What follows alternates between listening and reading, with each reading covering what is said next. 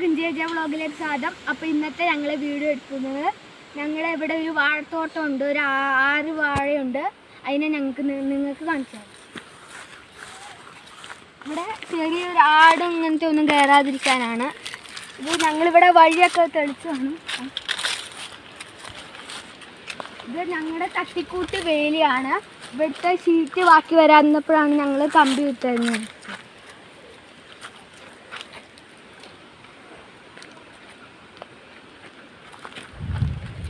അപ്പോൾ ഇതാണ് ഞങ്ങളുടെ വാഴ.